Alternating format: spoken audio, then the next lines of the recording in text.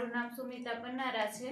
અમે લાઠી રોડ વિદ્યાનગર સોસાયટીમાં શેરી નંબર 2 માં રહીએ છીએ અને આ અચાનક પાણી આવી ગયું અને આ પાણી આવ્યાના કારણે અમારી ઘઉં મસાલા આ પાણી શેટી ગાડલા બધું જ પલળી ગયું છે। ગોદડા ગાડલા કાંઈ નિકાલ નથી પાણીનો અને અમે નગરપાલિકાવાળાને ઘણી અરજી કરી છે પણ કોઈએ ધ્યાન દીધું નથી।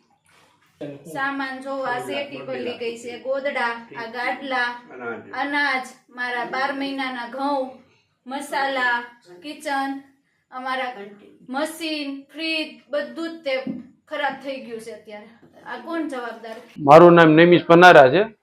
શેરી નંબર 2 માં રહીએ છીએ વિદ્યાનગર લાઠી રોડ ઉપર અને અમારે આ પાણી ભરાણા છે। હવે અમે કેટલા ટાઈમથી રજૂઆત કરેલી છે, નગરપાલિકાને કીધેલું છે, નગરપાલિકાને અમે સમજાવ્યું છે, રેલવે વાળા પણ હારે વાત કરેલી છે કે ભાઈ અમને પાણી નિકાલ માટે કે કોઈ પણ વ્યવસ્થા કરી આપે, પણ કોઈ જાતની વ્યવસ્થા કરવામાં નથી આવી। આજે 1 વર્ષ થયું છે, મને એટેક આવી ગયો છે। પાણી કાઢવા માટે મારે પણ પ્રેશરની કરવાની નથી, મને વજન ઉપાડવા ના પાડી તો અત્યારે હું આ પરિસ્થિતિમાં ખાધા પીધા વગરની મારી બધી દવાઓ પણ વહી ગઈ છે।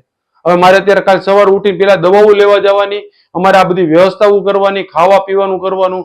હવે અમારે શું કરવાનું? હવે તો અમે ટેક્સ ભરીએ, વેરો ભરીએ, છતાં અમે નગરપાલિકાના આશરે છીએ અને નગરપાલિકાને કોઈ પણ પ્રકારની દયા ભાવના કે કોઈ એવી કોઈ સ્થિતિ એની પાસે દયા જ નથી। અમને મહામડી સામું અહીંયા કોઈ જોવા કલેક્ટર નથી આપતા। ડેપ્યુટી કલેક્ટર આવીને અમુકના 5 ફૂટ રસ્તો આપ્યો તો એનો 3 ફૂટ કરીને વયા ગયા।